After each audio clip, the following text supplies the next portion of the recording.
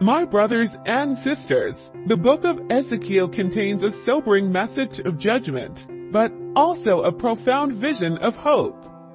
Ezekiel was a priest living in Jerusalem when the Babylonians first attacked. He was among those taken into exile. 5 years later, on Ezekiel's 30th birthday, God appeared to him in a vision of 4 strange creatures supporting a throne carrying the glory of God. Ezekiel realized God's glory had left the temple in Jerusalem, driven away by Israel's idolatry and injustice. God commissioned Ezekiel as a prophet to warn Israel of Jerusalem's destruction. But no one would listen. Still, Ezekiel obeyed. He used words, signs, and street theater to convey God's message.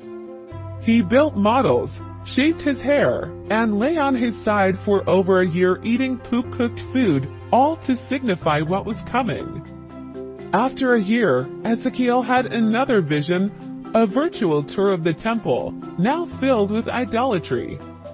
The vision ended with God's glory moving away, heading to Babylon. Ezekiel saw why God appeared to him there. Israel's sin had driven God from his temple. Yet God promised to return a remnant to the land, giving them new hearts to truly follow him. This was a glimmer of hope in coming gloom.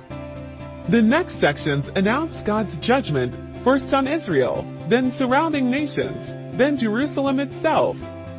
Chapters 12 to 20 for focus on Israel's judgment.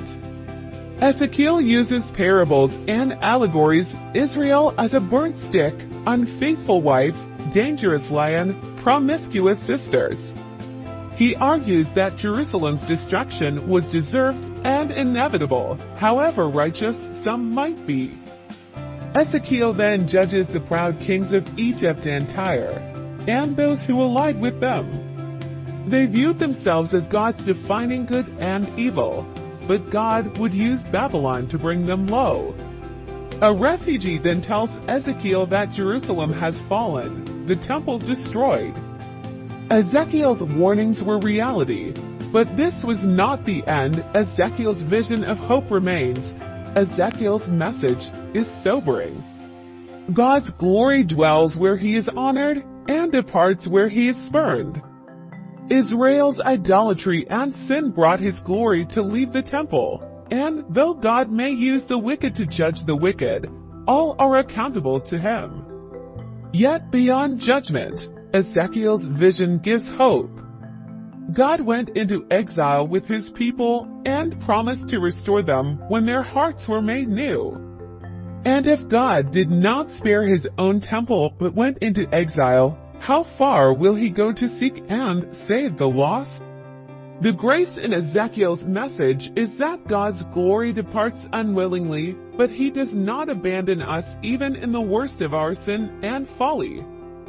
God calls us back to himself to find our glory and purpose once again. And he offers new hearts with the capacity to love and serve our faithful God.